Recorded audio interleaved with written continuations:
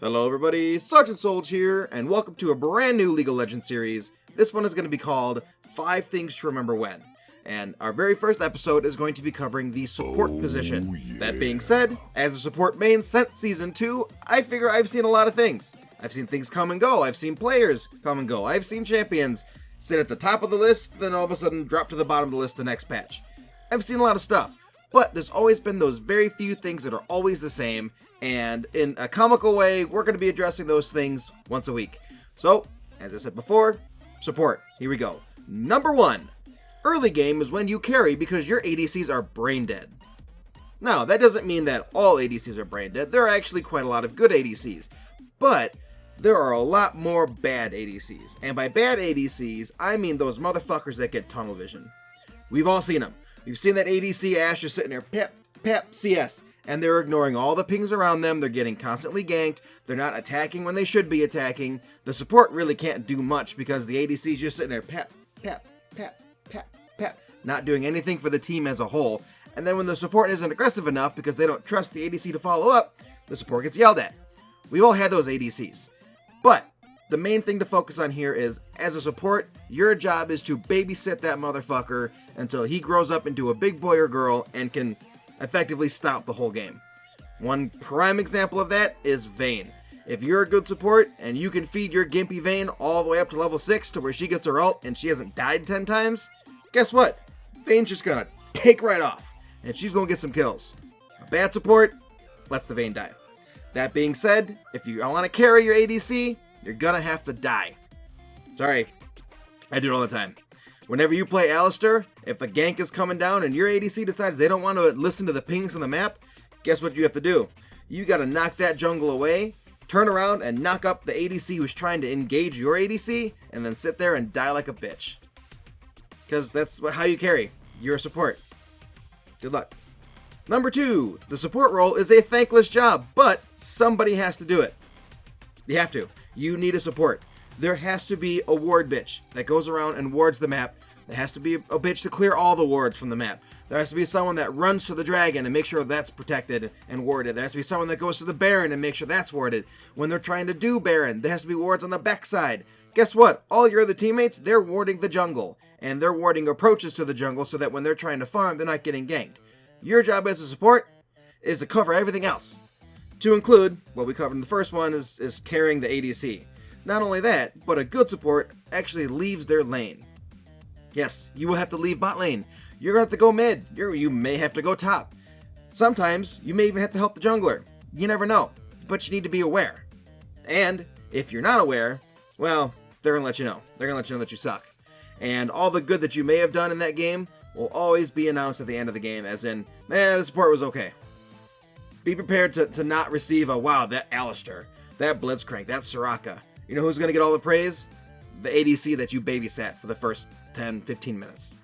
But, hey, that's the way it is, right? You can make MLG plays as a support, but it is not your job to do so. Your job is to either A, provide utility by healing, shielding if you're Janna or Karma, or being a tank, an initiator like Leona, or just pure peeling. That's your job. Your job isn't to go in there and throw your ult down and be like, woo, I got them all, I'm going to kill them all. No, because you're probably not.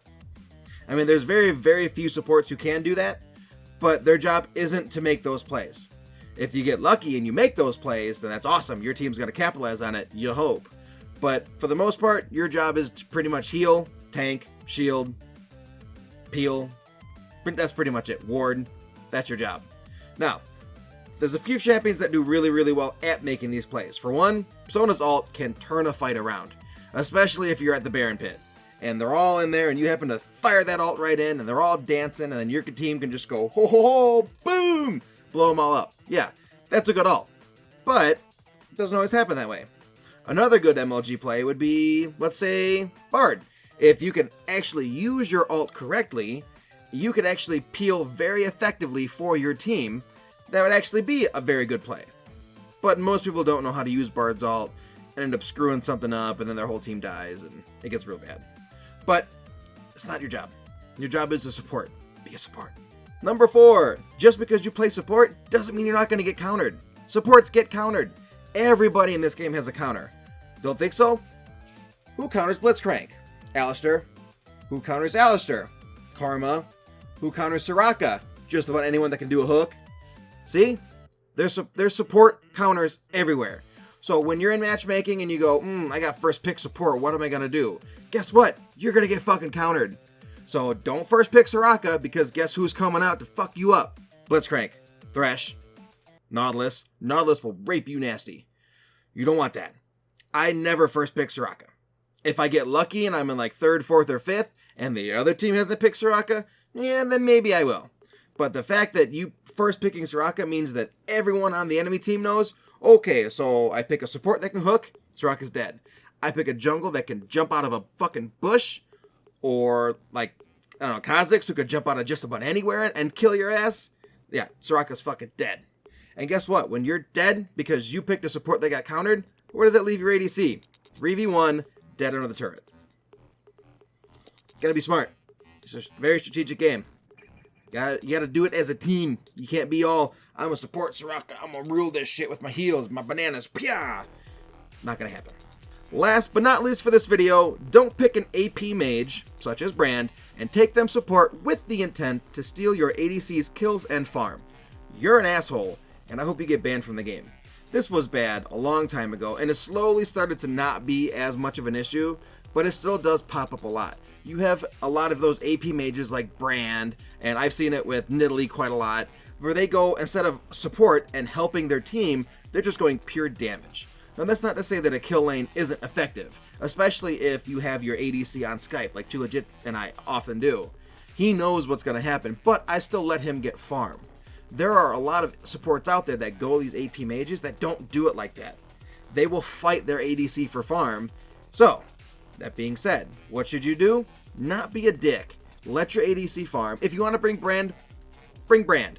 But use Brand to harass and to poke and to push the enemy bot lane out of their lane to allow your ADC to actually farm and maybe even squeeze a few kills off. Then, once you get to mid game, build pure damage. Go for it. By that point, your ADC should have a few kills and they can start being a little self-sufficient on their own. At that point, you should already have a Sightstone. After you have your Sightstone, you could do your wards. You could still do your support job. Build damage. What the fuck ever. Build it. Don't build damage right away. You need to support your team with wards. Wards are the most important thing for the support to do because it's vision. That is vision. You need vision. Back before they made this ward change and the supports were the ward machines, buying 50, 60, 70 wards a game and just spraying them all over the map, that was how a lot of teams won because the other team wasn't warding. But that's a topic for a different day. So anyway, that's going to be it for this very first episode of 5 Things to Remember When. The support topic is one that I'm very passionate about because I main support. So we probably went off on a tangent a little bit in this episode, but hopefully we kept it entertaining and it was very informative for those who don't know a whole lot about the support role. If you guys want to see more support videos, please let me know in the comment section. I have intentions to do all the other lanes and a couple other special things with videos in the future here. I don't know if this is going to be a weekly series or something that pops up every couple days. I haven't decided yet. I'm just kind of feeling it out and testing the water. So if you guys liked it, please let me know.